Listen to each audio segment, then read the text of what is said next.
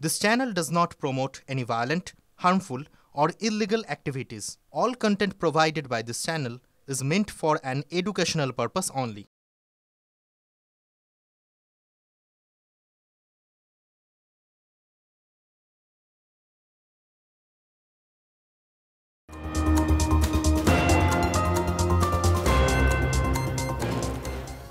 এই মুহূর্তে আর একটা বড় খবরে নজর রাখছি। বিহারে আরো ৩ লক্ষ ভোটারকে নোটিশ নির্বাচন কমিশনের। নথিতে গরমিলের অভিযোগ। ৭ দিনের মধ্যে প্রামাণ্য নথি নিয়ে হাজিরার নির্দেশ দেওয়া হয়েছে। ইতিমধ্যেই ৬৫ লক্ষের বেশি ভোটারের নাম বাদ গেছে বিহারে। আর এখন যে খবর আসছে, আরো ৩ লক্ষ ভোটারকে নোটিশ দিল নির্বাচন কমিশন। নথিতে গরমিল রয়েছে এমনটাই অভিযোগ, অর্থাৎ নতুন করে যে ৩ লক্ষ ভোটার তাদেরকে নোটিশ দেওয়া হয়েছে তাদের নথিতে গরমিল রয়েছে এবং এক্ষেত্রেও সময় বেঁধে দেওয়া হয়েছে। ৭ দিনের মধ্যে প্রামাণ্য নথি নিয়ে হাজিরার নির্দেশ দেওয়া হয়েছে। নতুন করে যে নির্দেশ হলো তাতে কি কি বলা হলো জ্যোতির্ময় কর্মকারের কাছ থেকে জানবো। জ্যোতির্ময়, দেখো, বিহারের ক্ষেত্রে নির্দেশ দেওয়া হয়েছে যে প্রায় ৩ লক্ষ মানুষ যাদের নথি ঠিকমতো নেই তাদেরকে নোটিশ দেওয়া হয়েছে যে ৭ দিনের মধ্যে তাদেরকে নির্বাচন সংক্রান্ত যে অফিসার রয়েছেন সেই অফিসারের কাছে অর্থাৎ ইআরওর কাছে তাদেরকে গিয়ে হাজিরা দিতে হবে এবং তাদের যে নথি নেই নোটিশে সেই বিষয়টি উল্লেখ করা হয়েছে, অর্থাৎ কোন নথি তাদের কাছে চাই। এবারে যে বিষয়টির দিকে আমাদের নজর থাকবে যে সুপ্রিম কোর্ট ইতিমধ্যেই নির্দেশ দিয়েছে যে আধার কার্ডের মাধ্যমে আবেদন করা যাবে। সেক্ষেত্রে নির্বাচন কমিশনের কাজ যারা করছেন অর্থাৎ এক্ষেত্রে যারা ইআরওরা তারা আধার কার্ড গ্রহণ করছেন কিনা, নতুন করে কোনো অভিযোগ উঠে আসে কিনা, সেই বিষয়টি সব থেকে বেশি গুরুত্বপূর্ণ। এর আগেই ৬৫ লক্ষ ভোটারের নাম বাদ যাওয়ার খবর সামনে এসেছিল। এবার নতুন করে ৩ লক্ষ ভোটার তাদের নথি নেই বলে সেই খবর সামনে এলো। ধন্যবাদ।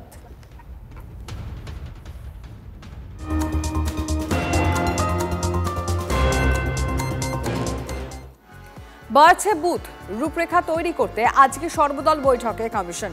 কোথায় কত বুথ থাকতে পারে আর কোন কোন বিষয়গুলি আলোচনা হতে পারে, কারা কারা থাকবেন, শ্রাবন্তী সাহের কাছ থেকে জানবো। শ্রাবন্তী, দেখো, যেহেতু ৮৪,০০০ বুথ শেষ ভোটে ছিল এবং সেটা যেহেতু কমিয়ে আরো বুথ বাড়ানোর ভাবনা রয়েছে কমিশন, সেটাই হতে চলেছে ৯৪,০০০।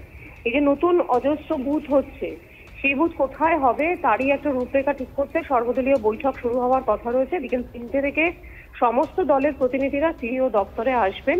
সেখানে কোন বুথ কোথায় হতে পারে সে নিয়ে একটা প্রাথমিক আলোচনা করার কথা রয়েছে এবং যেটা মনে করা হচ্ছে প্রত্যেকটি রাজনৈতিক দলের পক্ষ থেকে কাদের নাম বাদ যাবে এবং সে ব্যাপারে যাতে সতর্ক হয় সিইও দপ্তর, সে সম্পর্কে জানানো হবে আজ। ধন্যবাদ।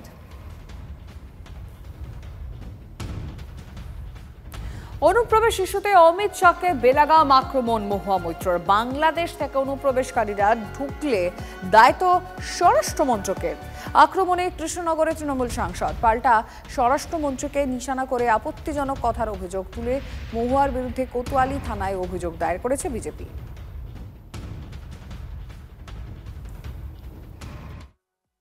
তার স্বরাষ্ট্রমন্ত্রী নির্লজ্জভাবে দাঁড়িয়ে হ্যাঁ হ্যাঁ করে তিনি হাততালি দিচ্ছেন। আমি জিজ্ঞেস করছি, যদি ভারতের সীমান্ত রক্ষা করার আমাদের কেউ নেই, যদি অন্য দেশের মানুষরা রোজে শয়ে শয়ে লাখে লাখে কোটি কোটিতে ঢুকে যাচ্ছে, যে আমাদের মা বোনদের উপর চোখ দিচ্ছে, আমাদের জমি কেড়ে নিচ্ছে, যে স্বরাষ্ট্রমন্ত্রী এবং যে স্বরাষ্ট্রমন্ত্রক দেশের বর্ডারকে রক্ষা করতে পারে না, যে প্রধানমন্ত্রী নিজেই বলছে যে বাইরে থেকে লোক এসে আমাদের মা বোনদের দিকে নাকি চোখে নজর দিচ্ছে, নাকি কি চোখ মেলাতা হিন্দিতে কি একটা বললো নাকি শব্দ, আমাদের জমি দখল করে দিয়েছে, ভাই তার দোষটা। মহুয়া মৈত্রের যে বক্তব্য আজ আমরা এখন এই মুহূর্তে আপনাদেরকে শোনালাম, ঠিক এই সুর কিন্তু তৃণমূলের নেতা নেত্রীদের গলাতে আমরা আগেও শুনতে পেয়েছি একই কথা, যেখানে দাঁড়িয়ে বলা হয়েছে যদি কেউ সীমান্ত পেরিয়ে চলে আসে তাতে সরকারের দায় নয়, কেন্দ্রের নজর রাখা প্রয়োজন। এবং মহুয়া মৈত্র যেটা বলছেন, এই অনুপ্রবেশ ইস্যুতে একেবারে বেলাগাম বলা যায়। যেখানে বাংলাদেশ থেকে অনুপ্রবেশকারীরা ঢুকছে সেখানে স্বরাষ্ট্রমন্ত্রকের দায় এটা দেখার। আক্রমণ করেছেন কৃষ্ণনগরের তৃণমূল সাংসদ। পাল্টা স্বরাষ্ট্রমন্ত্রীকে নিশানা করে আপত্তিজনক কথার অভিযোগ তুলে মহুয়ার বিরুদ্ধে কোতোয়ালি থানায় অভিযোগ দায়ের করেছে বিজেপি।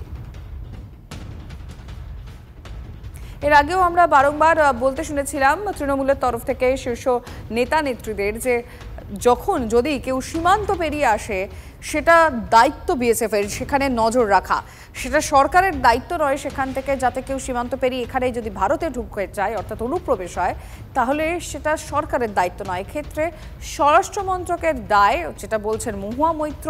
বেলাগাম আক্রমণ করেছেন অমিত শাহকে, বাংলাদেশ থেকে অনুপ্রবেশকারীরা ঢুকলে দায় নিতে হবে স্বরাষ্ট্র মন্ত্রককে। আক্রমণ তৃণমূল সাংসদের।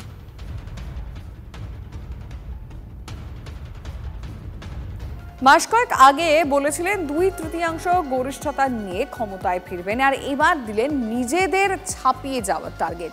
টিএমসিপির সভা থেকে 26-এর মহারণে তৃণমূলের লক্ষ্য বুঝিয়ে দিলেন মমতা বন্দ্যোপাধ্যায়, তবে সংখ্যা স্পষ্ট করেননি। আর অভিষেকের হুঁশিয়ারি, বিজেপি 50-এ পৌঁছবে না। যা শুনে বিজেপির জবাব, আগে ডায়মন্ড হারবার সামলে দেখা। মনে রাখবেন, আগামী নির্বাচনে আরো সিট আপনাদের বাড়বে।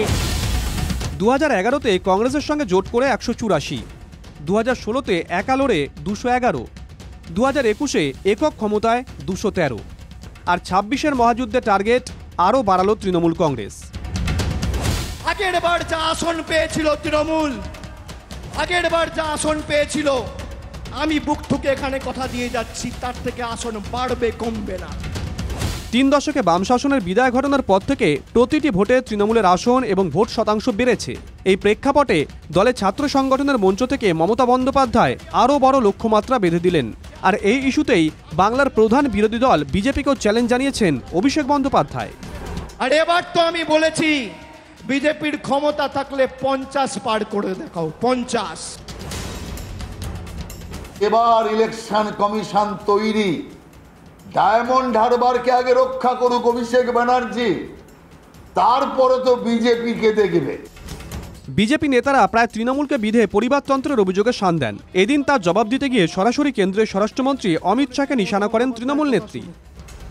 পরিবারতন্ত্র করেন না অমিত বাবু, আপনার ছেলে ইন্টারন্যাশনাল ক্রিকেট বোর্ডের প্রেসিডেন্ট, রাজনীতি করলে তো তার কিছুই নেই। কই, এটা পরিবারতন্ত্র নয়। আমাকে শিখিয়ে লাভ নেই, আমি অনেক প্রধানমন্ত্রী দেখেছি। আমি এবার একটা বইও লিখব, কে কেমন ছিল। রাজনীতিতে যতই তর্জন গর্জন চলুক না কেন, সরকার গড়তে দরকার সংখ্যার জোর। পরিসংখ্যান বলছে 2021-এ বিধানসভা ভোটে তৃণমূল 213টি আসনে জয় পায়, বিজেপি জেতে 77টি আসনে। কিন্তু গত লোকসভা ভোটের নিরিখে 192টি আসনে এগিয়ে রয়েছে তৃণমূল। সেখানে বিজেপির লিড 90 আসনে। 21-এর ভোটে শূন্য কংগ্রেস এগিয়ে 11টিতে, বাম 1টিতে। Bureau report, TV9 Bangla.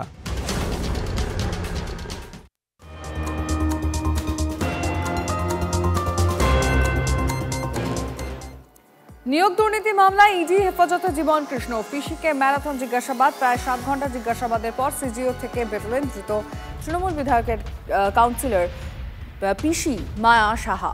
তার দাবি, ইডি তার কাছে যে সমস্ত নথি চেয়েছিল তা তিনি দিয়েছেন। ইডি সূত্রে খবর, সাঁইথিয়া তৃণমূল কাউন্সিলর মায়া সাহাকে আবার তলব করা হতে পারে। আমার যে সম্পত্তিগুলো ছিল সেগুলো ডকুমেন্টগুলো চাইলো আর লিপিবদ্ধ করলো, আবার বললো কিছু দরকার হলে আবার ডাকবো, ডেকে পাঠাবো।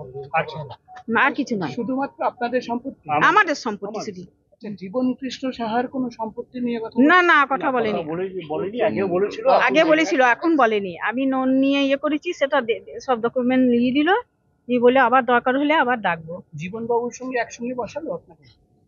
না, মুখোমুখি বসিয়েছে? না, মুখোমুখি বসে।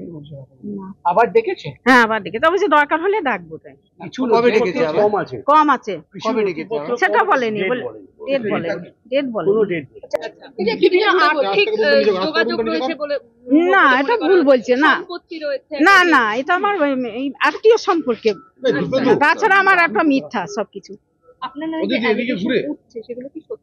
না, সব মিথ্যা। গোটা বিষয়টি জানিয়েছেন? হ্যাঁ, আমি জানিয়েছি।